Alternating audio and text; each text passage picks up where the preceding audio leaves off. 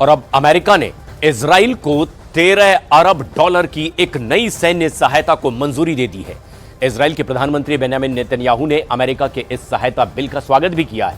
Super power से मिली मदद के बाद इजराइल जहां बेहद खुश है, वहीं बेंजामिन नेतन्याहू के लिए एक बैड न्यूज भी है, क्योंकि अमेरिका मौजूदा वक्त में किसी बड़े युद्ध के लिए तैयार नहीं। और यह बात पश्चिम एशिया में मौजूद अमेरिकी सेना के टॉप जनरल की सैन्य मांग के बाद सामने आई है।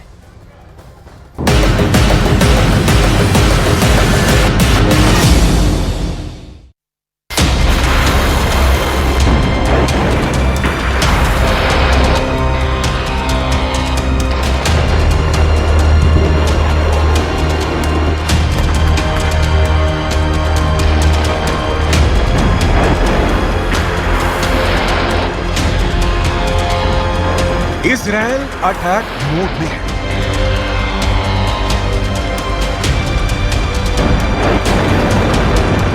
ईरान पलटवार की तैयारी में है।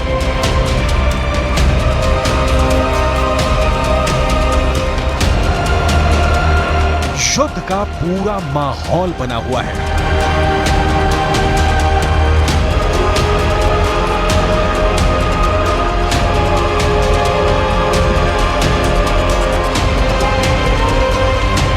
मिसाइलें तनी हुई हैं।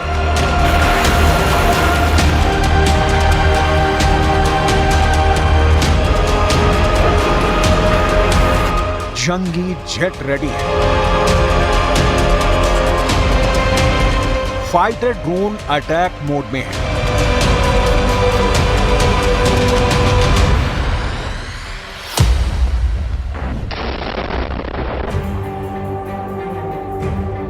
दो कट्टर दुश्मनों में आर पार की जंग की नौबत किसी भी वक्त आ सकती है, मगर इस टकराव में जो बड़ा ट्विस्ट आया है उसे समझने के लिए ट्रिगर पॉइंट पर चलते हैं।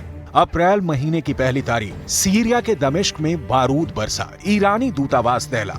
ईरान ने हमले के आरोप सीधे इजराइल पर लगाए।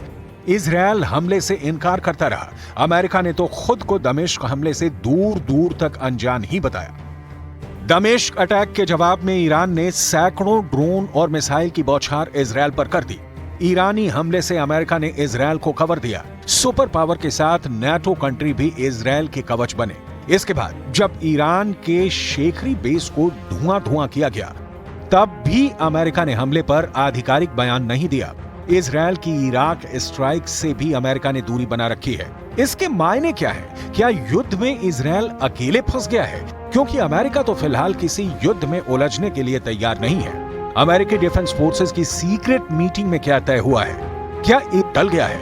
ये कहना तो मुश्किल है कि ईरान इजराइल शांति धारण करने वाले हैं, लेकिन अमेरिका इस बारूदी फसाद में फंसने से बच रहा है। ये दावा पूर्व अमेरिकी सैन्य अधिकारियों की रणनीति के आधार पर किया गया है, जिसके मुताबिक अमेरिका की सेनाएं मिडिल ईस्ट में बड़े युद्ध के लिए तैनात नहीं है। अगर संकट गहराता है तो पेंटागन को क्षेत्र में सैन्य जरूरतों के बारे में दोबारा विचार करना पड़ सकता है।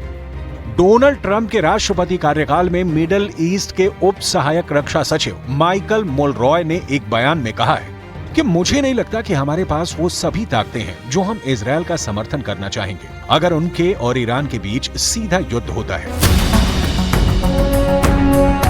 माइकल मोलरॉय से अमेरिकी फोर्सेस के टॉप कमांडर की राय भी मिलती जुलती है।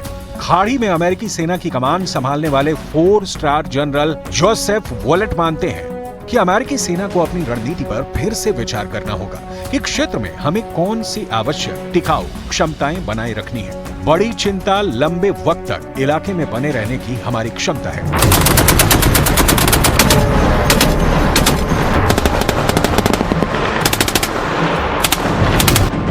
सुपर पावर अमेरिका की मुश्किलें इतनी भर नहीं। इजराइल के साथ युद्ध में कूदने की बजाय अमेरिका का फोकस किसी और फ्रंट पर है।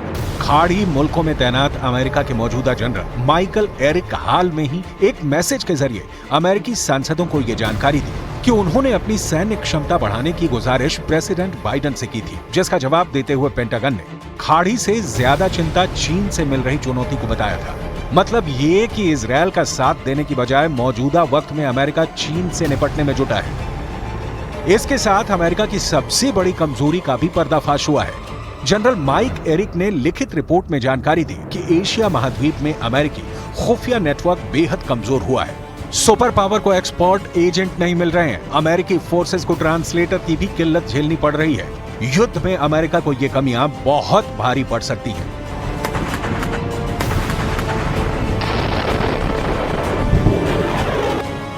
साफ है कि अमेरिका अपनी कमजोरियों को दुरुस्त किए बिना तो युद्ध में उतरने नहीं जा रहा।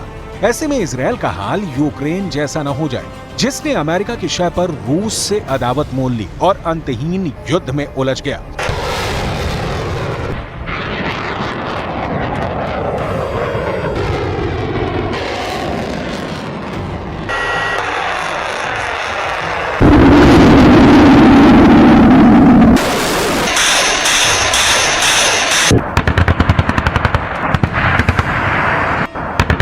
अगर अमेरिका वॉर में नहीं आया तो इजरायल अकेले कितने दुश्मनों से भिड़ेगा, इसे समझना होगा। ईरान के पाले में अरब मुल्कों की पूरी ताकत जुटेगी, इसमें किसी को संदेह नहीं है। ईरान के साथ विद्रोही लड़ाकों की खोखार पलटन भी होगी। ईरान को पर्दे के पीछे रहकर रूस का साथ भी मिल सकता है। पाकिस्तान और अफगानिस्तान के कट्टर आतंकी भी ईरान के लिए कुर्बानी देने के लिए तैयार बैठे हैं। अकेला इजरायल इन सबसे कैसे जंग लड़ पाएगा, कब तक लड़ पाएगा, कहना मुश्किल है। लेकिन अमेरिका सिर्फ चीन के खतरे भर को देखते हुए इजरायल को अकेले छोड़ रहा हो, ऐसा भी नहीं। अमेरिका लंबे अरसे से अपनी रणनीति पर काम कर रहा है। एक एक कर अमेरिका ने कई फ्रंट से छुटकारा पाया है। 5 मई 2018 अमेरिका ने दक्षिण कोरिया से अपने सैनिकों की संख्या कम करने का फैसला किया था। तब दक्षिण कोरिया में 28,500 अमेरिकी सैनिकों की तैनाती थी। डोनाल्ड ट्रंप के कार्यकाल में अमेरिका ने सोमालिया से अपनी फौज हटा ली थी। ISI के खिलाफ ऑपरेशन में लगे सुपर पावर के 700 सोल्जर वापस बुलाए गए थे। 2020 में इराक में मौजूद 5,000 जवानों में भी अमेरिका ने कमी की थी। अमेरिका ने 2021 में अफगानिस्तान से 3,000 सैनिकों की वतन वापसी करवाई। हाल ही में अमेरिका ने ऐलान किया कि वो नाइजर से अपने 1,000 सैनिक हटाएगा।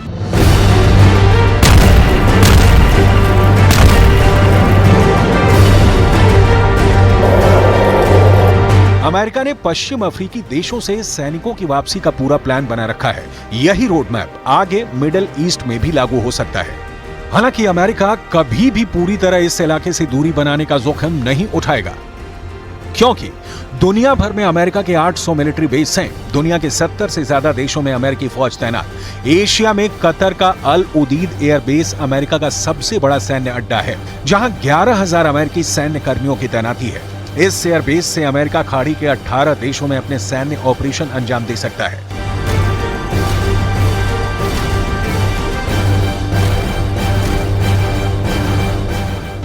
मगर अमेरिका के लिए यही सैन्य तैनाती मुश्किल की भी वजह बनती है। खाड़ी में मौजूद तमाम आतंकी गुट इन अड्डों को आए दिन टारगेट बनाते हैं। अमेरिका को दुश्मन चुनने की जरूरत भी नहीं पड़ती, उससे दुश्मनी मोल लेने खुद ब खुद आ जाते हैं।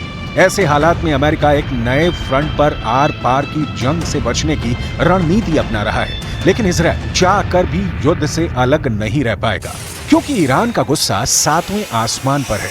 इजरायल के हमले से घायल ईरान पलटवार की तैयारी में है। अरब वर्ल्ड में ईरान का समर्थन भी बढ़ता जा रहा है।